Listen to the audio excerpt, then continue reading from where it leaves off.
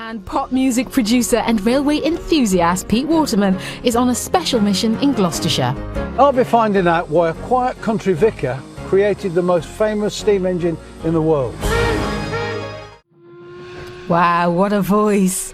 Still to come, train enthusiast Pete Waterman tracks down the story of how a country vicar created the world's best-loved steam engine.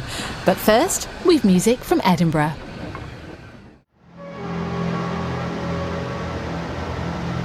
Pete Waterman is well known as a music producer, but did you know he's also a huge railway enthusiast who was raised in a devoutly Christian family? So who better to find out about the faith that lies behind the creation of the world's favourite little steam engine? Thomas the Tank Engine and his friends were created by the Reverend Wilbur Audrey, and this year is the 70th anniversary of the first publication. My dad read me all the stories. In fact, he read them that many times, I learnt them parrot fashion. He always thought I could read, but I just remembered the stories. So when I left school at 14, I could neither read nor write, but I did know Thomas the Tank Engine stories. Good old Thomas. Today, Thomas and his friends are more popular than ever. I've come to meet the Reverend Audrey's daughter, Veronica, here at the house where he used to live. It's really quite humbling, I think, for us as a family to realise the effect that it has had on children and parents. So how are you celebrating the 70th year of Thomas? It's just a coming together of the community of Rodborough to celebrate stories, a person, joy really. Why did he actually write the first book? It came about quite by chance actually. My brother got measles and he was only 2, and father got a bit of paper and drew some engines, and Christopher asked questions. Why is he sad? Well, all the other engines are big and strong and they get chosen first. What's his name, Daddy?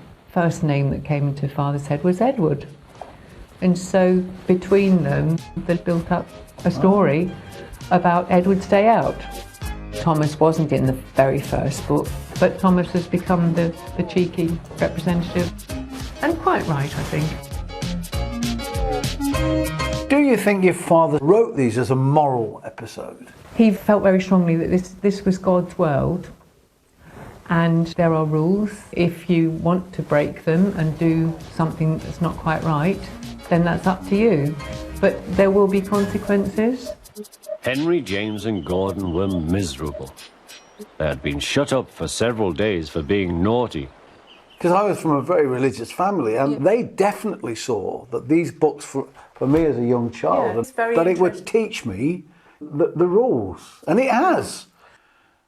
My dad saw me as a bit of a Thomas the Tank Engine, a bit wayward, a bit naughty, but with a little bit of guidance could put me on the right path.